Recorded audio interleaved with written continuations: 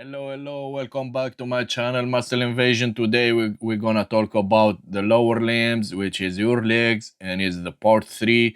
So stay focused and pay attention to what I'm gonna tell you. So you're gonna learn something today and be ready, and we're gonna dive in. Come on, let's go. Alrighty, Mr. Almighty. So that's how your leg look from the front. This is how it look from the side. This is how it look from the back, and that's how it look from the inside. All right. So we're gonna talk. I'll show you your quadriceps. It's made of 4 muscles, 4 heads. I mean, and this is your sartorius. We're gonna hide it for now. As you can see, this is your rectus femoris. It originate attach on your hip bone here, and it insert on your patella here, the kneecap, and it has another tendon between the kneecap and the tibia here, this bone, the tibia bone. So when this muscle contract, it pull on the kneecap, and the kneecap moves up a little bit, and it pulls on your tibia through this ligament here, as you can see. So this is your rectus femoris. We're gonna hide it, and under it we're gonna find the head of the quadriceps. It's called the quadriceps femoris vastus intermedius. This one. Look at it. It originates on your femur bone, okay, here, and it goes to and it insert on your patella here. All right, you see it. Insert on your patella. We're gonna hide this head. You see it? The tendon. It insert on your patella bone, on your kneecap bone. And we're gonna move this like that so you can see it better. This is a fascia tissue, like here. It's called arciform fascia. We're gonna hide this. And we're gonna hide the vastus intermedius. We're gonna go to the medialis, vastus medialis. It's the interior of your quadriceps here. You're gonna, this one. On the interior of your leg here. Only the rectus femoris has like an origin on your hip bone, because it's a very specific muscle that it's one of the rare muscle that it jump on two joints. So it goes from here, and it jump this joint here and this joint here, you know. So that's why that muscle can move your leg like that. So we're gonna hide the vastus medialis, and we're gonna go to the vastus lateralis, this one. And it has an it originate here, as you can see, on your femur too. You can see it here. I'm gonna hide this. You see it? Better? Like that. We take this back. It has an insertion on your kneecap too. Okay, so we're gonna hide it, and you're gonna have this tiny muscle here, articularis genus. We're gonna hide it. This muscle here, it's called the sartorius. I wanna talk about it too. You can see it well on some bodybuilders like Kai Green, C-Bomb, Chris Bumstead. I mean, you know, they have like a nice sartorius that you can see it, and it gives them like a very special look on their legs. It gives you good luck, this muscle, you know, the sartorius. I'll put a picture here so you can see what I'm talking about and how it looks in real life. There is a specific exercise that it isolate this muscle, so that way you can like start feeling it better if it's a weak point in your leg. And when you start working doing compound movements like squats and presses and that stuff, you'll start feeling this muscle, and it will hypertrophy too with them, and it will start like kicking in more in those compound muscles exercises. Sorry. There is a way how to, like I said, how to exercise it and how to isolate this movement. Comment below if you want me to show you how, because there is no comments on my videos and there is no likes. Like, brother, and subscribe. You're gonna learn, man, for free. Come on. I'm gonna hide the sartorius, and I'm gonna hide all the foreheads of the quadriceps too, so that way we can go to the back of the leg. And in the back, as you can see, you're gonna see this huge muscle here. It's your butt muscle. It's called the glutes.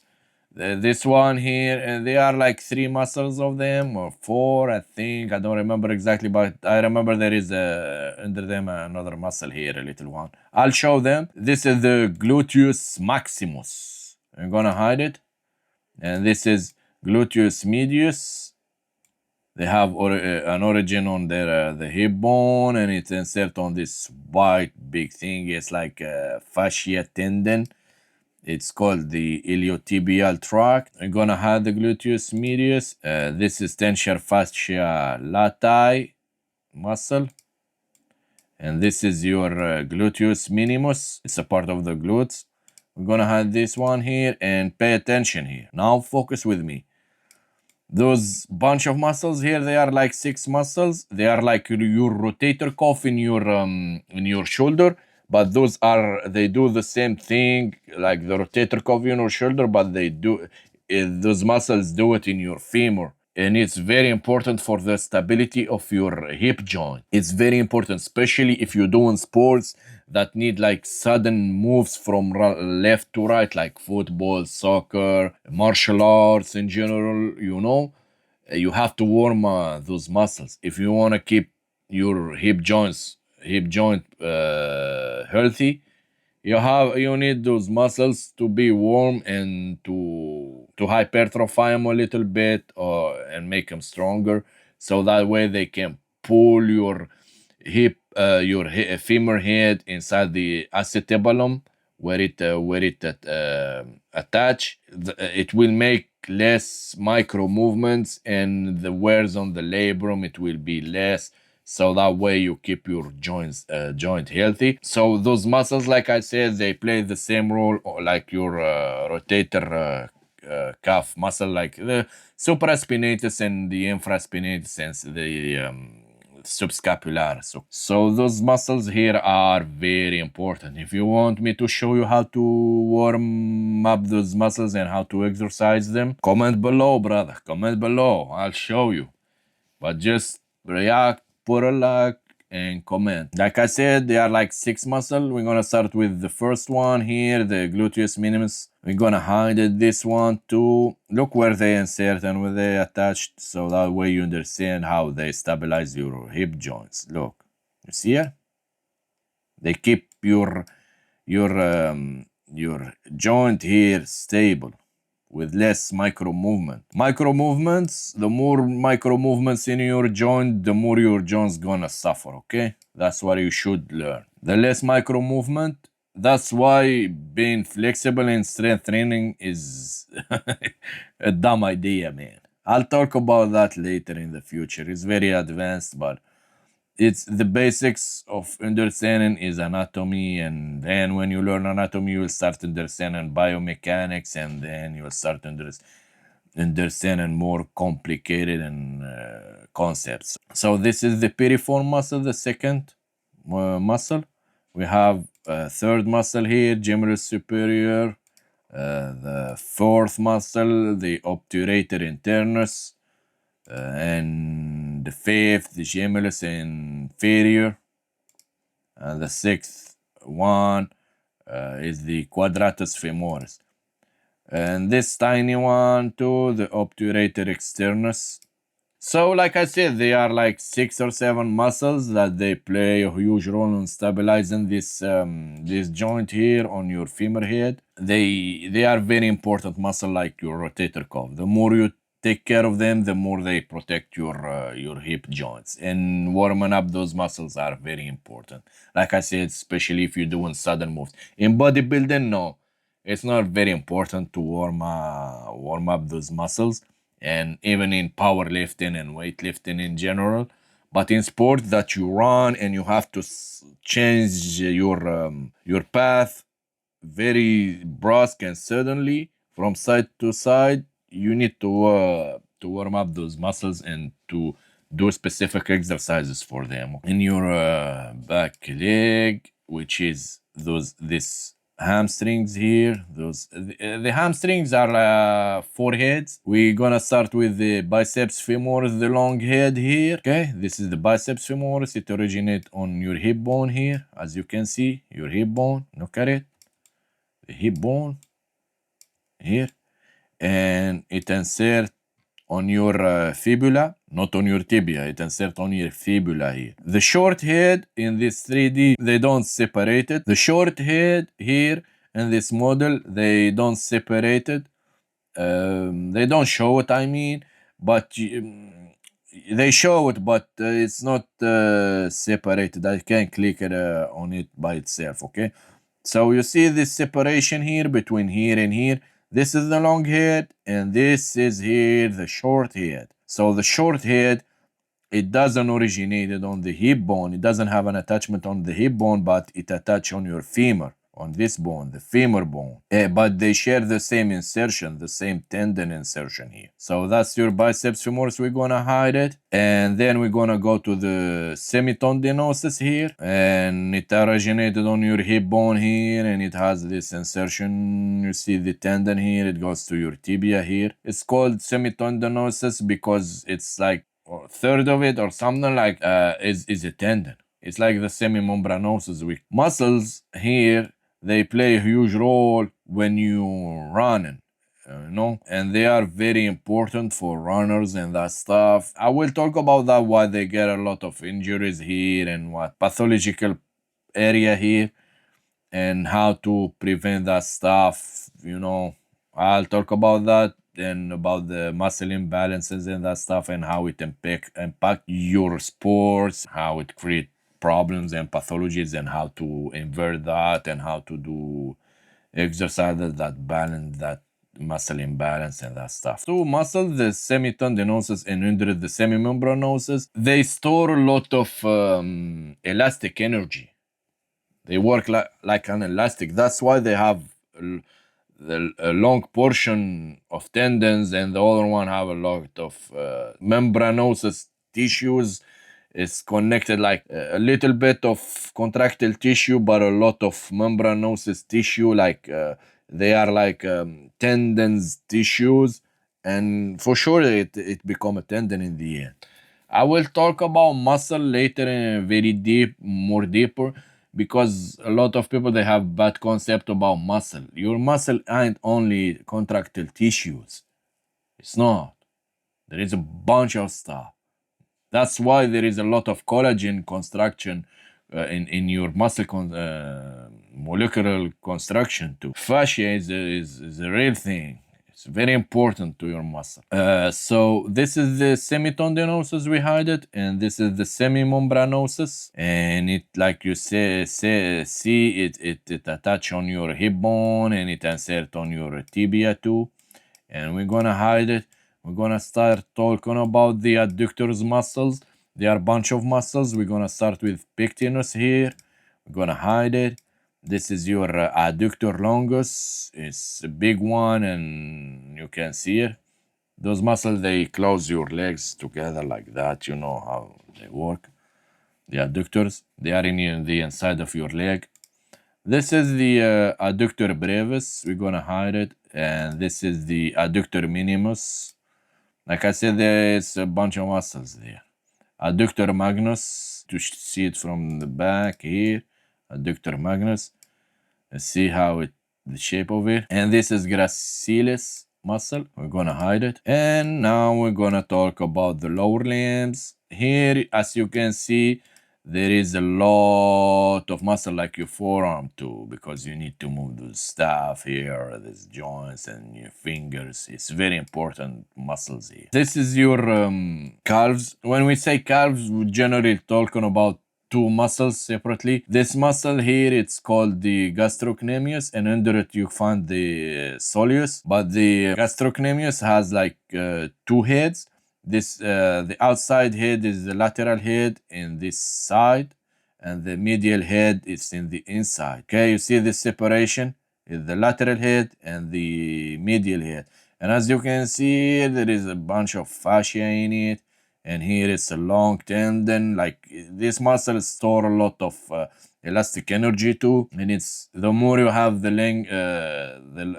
more you have a long tendon here, the more you store elastic energy, and it will be easier for you to run for long distance and then that stuff. That's why those Africans and a lot of like North Africans, like Moroccans too, and they have like small gastrocnemius here, but they have a very long, tendon here, Achilles tendon.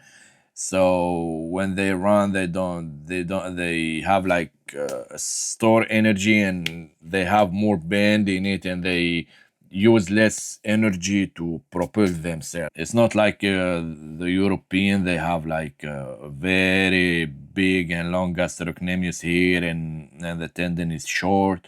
So that way they protect it from snapping because they lived in like real cold places. It's about and keep in mind this tendon here, it's like layers. They are like 7 layers.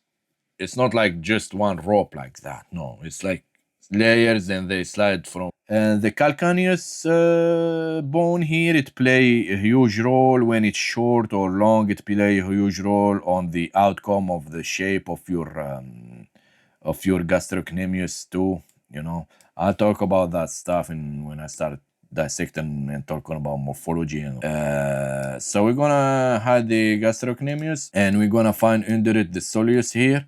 But we're gonna talk about the plantaris, as you can see it here, plantaris.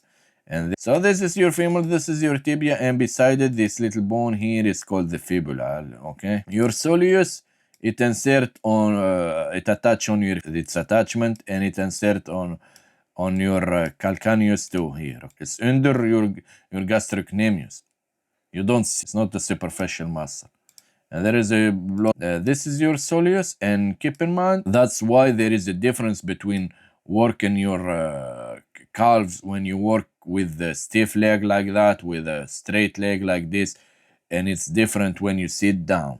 When you sit down and your leg is bent, you bend your knee and you work your calves, actually you targeting the soleus, and you can understand it biomechanically because the gastrocnemius attach here, but the soleus attach here. So if you have like a 3D concept, you will understand why when you work with in a seated leg position with the knee bent, why you target on your soleus more. Okay, so we're gonna have the soleus, and there is a bunch of muscle. I'm not gonna focus on those. It's a lot of them, and I even don't memorize them. But there is a bunch of muscle. That's the only thing I know here. So tibialis anterior, the extensor digitorum longus, fibulus longus. It's like I said, it's a bunch of muscles. I'm not gonna talk about them, but I'll show you just a little bit of them. This one here, fibulus brevis, hide the flexor hallucis longus, flexor digitorum longus, and a bunch of muscle here to move your feet like up and right, left and right, up and down, to move your fingers like this and fingers like that of your feet. I'm talking on your feet, not your arm, not your hand. I mean, you see, bunch of muscles here, and you see under your feet here there is a bunch of sensors that help you balance. That's why a lot of seniors, they lose their balance because those sensors start getting desensitized, especially because we in our modern era we don't walk barefooted anymore, so they desensitize very quickly. So that's a good idea to walk barefooted time to time. Don't do it like in dangerous places, but do it in your house, even without socks. Okay, don't wear socks, just barefooted. Walk in your house like that, for a couple of minutes, like 5, 10 minutes, or 15 minutes, and then wear what you want. Just like to keep those sensors here, because as you can see, anything in your body, if you don't use it, you lose it. And like I said, those sensors, they are very important to help you have a balance. And when you get an old, like I said, you start getting desensitized. That's why a lot of seniors, they lose balance in the shower or something, and they fail and they break their bones, and especially the hip bones or something, and they die. because when you break a bone, there is a lot of toxic molecules that they get shot in your blood, and they go in your blood circulation, and they finish in your heart, and they make your heart have an inflammation, and you die from it, especially because those old people, the senior, they don't have a good immunity, so they can their body can't like fight that infection, and they pass out, you know, they die from that infection. It's not due to the bone fracture itself, but from the complication of it. So that's why it's important to keep your muscle mass, because when you keep your muscle mass when you are old, it keep the tension on your bones, and your bones doesn't get demineralized, so you're gonna have good bones, and even if you fail, you don't break it very easily. You see what I mean? I will talk about that when I talk about longevity videos and that stuff, but keep this information in your head. Maybe it help you or something. I don't know. Maybe it's useful. I just want to say that.